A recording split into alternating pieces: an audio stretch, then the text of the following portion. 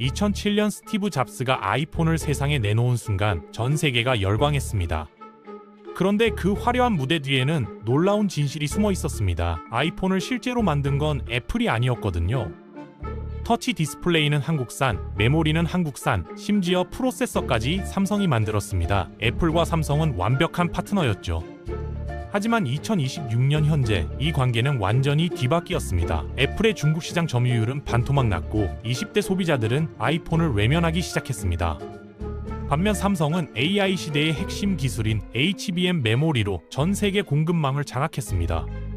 한때 애플의 하청업체 취급을 받던 삼성이 이제는 애플의 생사 여탈권을 쥔 겁니다. 도대체 지난 20년간 무슨 일이 있었던 걸까요? 오늘은 애플과 삼성의 관계가 어떻게 역전되었는지 그 놀라운 변화의 이야기를 들려드리겠습니다.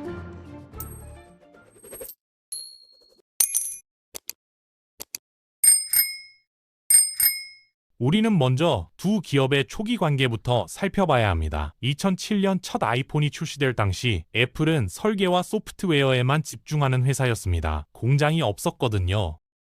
그래서 애플에게는 자신들의 완벽주의를 실현해줄 기술 파트너가 절실했습니다. 그 파트너가 바로 삼성전자였습니다. 당시 삼성은 세계 최고 수준의 메모리 반도체 기술과 디스플레이 기술을 보유하고 있었고 애플이 요구하는 까다로운 품질 기준을 맞출 수 있는 유일한 기업이었습니다. 초기 아이폰의 핵심 부품을 뜯어보면 이 관계가 얼마나 긴밀했는지 알 수 있습니다. 낸드 플래시 메모리는 삼성 제품이었고 디스플레이는 LG 디스플레이와 삼성이 공급했으며 심지어 애플리케이션 프로세서까지 삼성이 위탁 생산했습니다.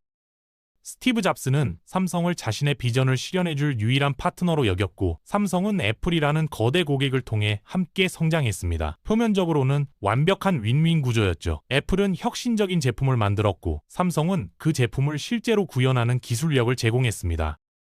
하지만 이 관계는 2011년 스티브 잡스가 세상을 떠나고 팀 쿡이 CEO가 되면서 미묘하게 변하기 시작했습니다. 엔지니어 출신이 아닌 공급망 관리 전문가였던 팀 쿡의 경영 철학은 달랐습니다. 그의 눈에 삼성은 더 이상 존중해야 할 파트너가 아니라 비용을 줄여야 할 공급업체였습니다. 팀 쿡 체제의 애플은 삼성 의존도를 줄이고 부품 단가를 낮추는 전략을 본격화했습니다. 애플은 자신들이 가진 거대한 구매력을 무기로 가격 협상에서 우위를 점하려 했고 동시에 삼성을 대체할 수 있는 공급업체를 적극적으로 찾기 시작했습니다. 여기서 중국이 등장합니다. 애플은 삼성의 독점적 지위를 견제하기 위해 중국의 BOE 같은 디스플레이 업체를 전략적 파트너로 육성하기 시작했습니다. 이것은 단순한 공급망 다변화 전략처럼 보였지만 업계에서는 다른 해석이 나왔습니다. 애플 엔지니어들이 중국 공장에 상주하면서 삼성의 기술 수준을 기준으로 중국 업체들에게 요구사항을 제시했고 이 과정에서 간접적인 기술 이전 효과가 발생했다는 지적이 나온 겁니다. 실제로 2023년 미국 국제무역위원회는 삼성 디스플레이가 BOE를 상대로 제기한 영업비밀 침해 소송에서 삼성의 손을 들어줬습니다. 애플의 이런 전략은 단기적으로는 효과가 있었습니다. 부품 단가가 내려갔고 삼성에 대한 협상력도 높아졌습니다. 하지만 장기적으로는 심각한 문제를 야기했습니다. 애플이 원가 절감에만 집중하는 동안 정작 자체 기술 개발 투자는 소홀히 했기 때문입니다. 재무제표를 보면 이 문제가 명확히 드러납니다. 삼성전자는 매출의 약 7에서 9%를 연구개발비로 지출하며 차세대 기술에 투자했습니다. 반면 애플의 연구개발비 비율은 5에서 6% 수준에 머물렀고 그나마 절감한 비용의 상당 부분은 자사주 매입에 사용됐습니다. 자사주 매입 자체가 나쁜 것은 아닙니다. 하지만 이것이 과도해지면 경영진이 장기적인 기술 투자보다 단기적인 주가 관리에 집중한다는 신호가 됩니다. 실제로 팀 쿡 체제의 애플은 지난 10년간 수천억 달러를 자사주 매입에 사용했습니다. 이 돈으로 차세대 디스플레이 기술이나 반도체 기술을 개발했다면 지금의 상황은 달랐을 겁니다. 그 결과가 무엇일까요? 애플은 접는 스마트폰 기술에서 뒤처졌습니다. 삼성이 2019년 갤럭시 폴드를 출시한 이후 폴더블 시장을 선도하고 있는 동안 애플은 2026년 현재까지도 접는 아이폰을 내놓지 못하고 있습니다. 이것은 애플이 안 만드는 게 아니라 못 만드는 겁니다. 접는 디스플레이 기술의 핵심은 삼성이 독점하고 있고 힌지 설계와 내구성 확보 기술도 마찬가지입니다. 애플이 중국 BOE에 의존하려 해도 BOE의 기술 수준은 아직 삼성을 따라잡지 못했습니다. 결국 애플은 삼성에 손을 벌릴 수밖에 없는데 과거 관계가 좋지 않았던 탓에 협상력도 약하고 단가도 높게 받아야 하는 상황이 된 겁니다. 더 심각한 문제는 소프트웨어 영역에서도 드러나고 있습니다. AI 시대가 도래하면서 애플의 시리는 경쟁사들의 AI 어시스턴트에 비해 한참 뒤처진 성능을 보여주고 있습니다. 자체 대규모 언어 모델 개발에 뒤처진 애플은 결국 구글의 제미나이나 오픈 AI의 챗GPT를 아이폰에 탑재하기로 결정했습니다. 하드웨어는 중국과 한국에 의존하고 소프트웨어는 구글에 의존하는 구조가 된 겁니다. 혁신의 아이콘이었던 애플이 이제는 남의 기술을 조립하는 회사로 전락한 것 아니냐는 비판이 나오는 이유입니다. 그런데 진짜 결정타는 따로 있었습니다. 바로 AI 시대가 본격화되면서 반도체 공급망의 권력 구조가 완전히 뒤집힌 겁니다. 2024년부터 전 세계적으로 AI 붐이 일어나면서 고성능 메모리 반도체 수요가 폭발했습니다. 특히 HBM이라 불리는 고대 역폭 메모리는 AI 연산의 필수적인 부품인데 이 분야에서 삼성전자와 SK하이닉스가 전 세계 공급의 대부분을 장악하고 있습니다. 미국의 마이크론도 있지만 아직 수율과 생산량에서 한국 기업들을 따라잡지 못하고 있고 중국은 기술 격차가 더 큽니다. 상황이 이렇게 되자 과거의 권력 구조가 완전히 역전됐습니다. 예전에는 애플이 갑이었습니다. 거대한 구매력을 무기로 삼성에게 단가를 후려치고 원하는 조건을 관철시킬 수 있었죠. 하지만 삼성이 공급권을 쥐고 있습니다. 전 세계 AI 기업들이 HBM을 확보하기 위해 줄을 서 있는 상황에서 애플도 예외일 수 없습니다. 돈을 싸들고 가도 물량을 확보하기 어려운 쇼티지, 즉 공급 부족 상황이 벌어진 겁니다. 이제 애플의 팀 쿡이 해야 할 일은 단가 협상이 아니라 삼성의 고개를 숙이고 물량 배정을 부탁하는 것입니다. 법적으로는 삼성이 납품업체지만 실질적으로는 삼성이 애플의 생사 여탈권을 쥔 슈퍼을이 된 겁니다. 이 권력 역전이 애플에게 왜 치명적일까요? 애플의 비즈니스 모델은 부품 원가를 최대한 낮추고 브랜드 프리미엄으로 높은 가격을 받아 큰 마진을 남기는 구조였습니다.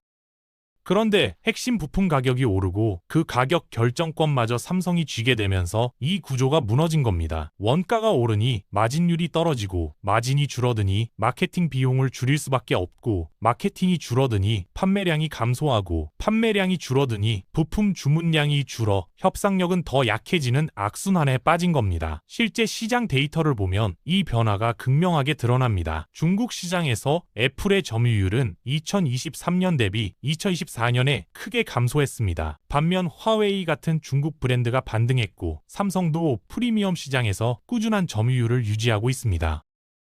특히 주목할 점은 20대 소비자들의 변화입니다. 과거에는 아이폰이 젊은 세대의 필수품처럼 여겨졌지만 최근 조사를 보면 20대 사이에서 아이폰 점유율이 하락하고 있습니다. 이유는 간단합니다. 가격 대비 성능 해석이 떨어지기 때문입니다. 같은 가격대의 삼성 갤럭시나 중국 프리미엄 폰들이 더 큰 화면, 더 빠른 충전, 더 다양한 AI 기능을 제공하는데 아이폰은 여전히 60Hz 화면에 느린 충전 속도를 고집하고 있습니다. 애플은 이를 최적화라는 말로 포장하지만 소비자들은 이제 그 말을 믿지 않습니다. 애플의 또 다른 문제는 제품 라인업의 정체입니다. 2007년 첫 아이폰 출시 이후 거의 20년이 지났지만 기본적인 폼 팩터는 여전히 직사각형 판 모양입니다. 물론 디자인은 세련되게 변했지만 근본적인 혁신은 없었습니다. 반면 삼성은 폴더블이라는 완전히 새로운 카테고리를 개척했고 갤럭시 Z 폴드와 Z 플립 시리즈는 이제 안정적인 제품군으로 자리 잡았습니다. 두 번 접히는 폰, 롤러블 디스플레이 같은 차세대 기술도 개발 중입니다. 그런데 애플은 폴더블 아이폰 출시 계획조차 명확하지 않습니다. 일부에서는 2026년이나 2027년에 나올 거라는 루머가 있지만 구체적인 발표는 없습니다. 이것은 기술적 난이도 때문입니다. 접는 디스플레이를 만드는 것만으로는 충분하지 않습니다. 수만 번 접었다 펼쳐도 고장나지 않는 내구성, 접힌 상태에서도 작동하는 소프트웨어, 얇으면서도 배터리 용량을 확보하는 설계 등 모든 것이 새로 개발돼야 합니다. 삼성은 이 모든 기술을 5년 넘게 축적해왔습니다. 애플이 이제 와서 따라잡으려면 엄청난 시간과 비용이 필요합니다. 그런데 애플의 재무 전략을 보면 그런 투자를 할 의지가 있는지 의문입니다. 여기서 우리는 근본적인 질문을 던져야 합니다. 애플은 여전히 기술 기업인가? 아니면 브랜드 마케팅 회사인가? 기술 기업이라면 미래를 위한 과감한 연구개발 투자가 있어야 합니다. 하지만 애플의 선택은 달랐습니다. 주주 환원에 집중한 것입니다. 물론 주주에게 이익을 돌려주는 것 자체는 나쁘지 않습니다. 하지만 그것이 미래 성장 동력을 희생하면서까지 이뤄진다면 문제입니다. 이것은 성숙 단계에 접어든 기업의 전형적인 모습입니다. 더 이상 새로운 성장 엔진을 찾지 못하니 기존 사업에서 나오는 현금을 주주들에게 나눠주는 것이죠.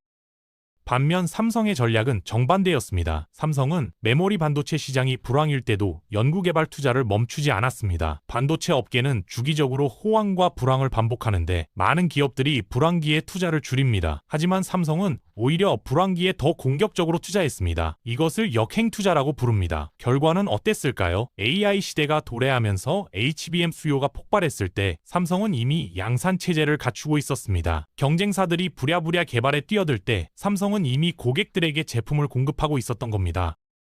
이것이 바로 기술 기업과 마케팅 회사의 차이입니다. 기술 기업은 10년 뒤를 내다보고 투자하지만 마케팅 회사는 다음 분기 실적만 신경 씁니다. 애플이 어느 쪽에 가까워졌는지는 명확해 보입니다. 그렇다면 애플의 미래는 어떻게 될까요? 파산할까요? 그건 아닙니다. 애플은 여전히 막대한 현금을 보유하고 있고 충성도 높은 고객층도 있습니다. iOS 생태계의 끈끈함도 무시할 수 없습니다. 하지만 과거처럼 지배하는 위치를 유지하기는 어려워 보입니다. 애플은 이제 선택의 기로에 서 있습니다. 과거의 영광에 안주하며 서서히 쇠퇴할 것인가? 아니면 다시 한번 혁신 기업으로 거듭날 것인가? 후자를 선택한다면 무엇을 해야 할까요? 먼저 연구개발 투자를 대폭 늘려야 합니다. 자사주 매입에 쓰는 돈의 일부만이라도 차세대 기술 개발에 투자한다면 5년 후의 애플은 지금과 완전히 다를 겁니다. 폴더블 디스플레이, 자체 AI 칩, 차세대 배터리 기술 등 투자할 분야는 많습니다. 다음으로 공급망 전략을 재검토해야 합니다. 단기적인 원가 절감보다는 장기적인 기술 파트너십이 중요합니다. 삼성과의 관계를 적대적 경쟁이 아니라 상호 윈윈으로 재정립해야 합니다. 사실 애플과 삼성은 경쟁자이면서 동시에 협력자입니다. 삼성은 애플의 부품을 팔고 동시에 갤럭시로 스마트폰 시장에서 경쟁합니다. 이것을 경제학에서는 쿠페티션, 즉 협력과 경쟁의 합성어로 부릅니다. 이 관계를 건강하게 유지하는 것이 양사 모두에게 이익입니다. 마지막으로 제품 전략을 재정비해야 합니다. 새로운 색상이나 소재 변경이 아니라 진짜 혁신적인 제품을 내놓아야 합니다. 아이폰이 처음 나왔을 때처럼 사람들이 와, 이런 게 가능했어? 하고 감탄할 만한 무언가 말입니다. 하지만 현재 애플 경영진의 행보를 보면 이런 변화가 쉽게 일어날 것 같지는 않습니다. 오히려 기존 전략을 고수하며 브랜드 파워로 버티려는 것처럼 보입니다. 반면 삼성은 지금 이 순간에도 다음 세대 기술을 개발하고 있습니다. 양자점 디스플레이, 차세대 HBM, GAA 공정 반도체 등 미래 시장을 선점하기 위한 투자를 계속하고 있습니다.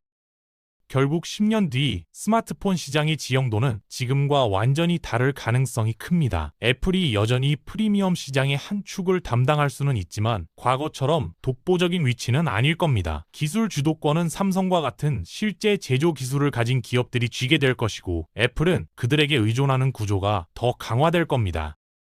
이 이야기가 우리에게 주는 교훈은 무엇일까요? 브랜드와 마케팅만으로는 한계가 있다는 것입니다. 결국 기술이 뒷받침되지 않으면 아무리 화려한 포장도 오래 갈 수 없습니다. 삼성이 애플의 압박을 견디며 묵묵히 기술 개발에 매진한 것이 결국 지금의 역전을 만들어낸 겁니다.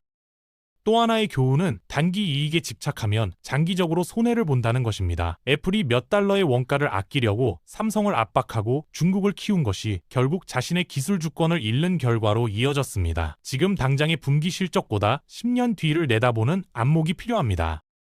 마지막으로 파트너십의 중요성입니다. 비즈니스에서 모든 것을 혼자 할 수는 없습니다. 좋은 파트너를 만나면 그 관계를 소중히 여기고 함께 성장하는 것이 현명합니다. 애플이 초기에 삼성과 맺었던 관계가 바로 그런 것이었는데 어느 순간 그것을 잊고 일방적인 갑질로 관계를 망쳤습니다. 이제 그 대가를 치르고 있는 겁니다. 결론적으로 애플과 삼성의 관계 변화는 단순한 두 기업의 이야기가 아닙니다. 이것은 기술과 마케팅, 단기 이익과 장기 투자, 독식과 협력 사이의 선택에 관한 이야기입니다. 그리고 그 선택의 결과가 지금 명확하게 드러나고 있습니다.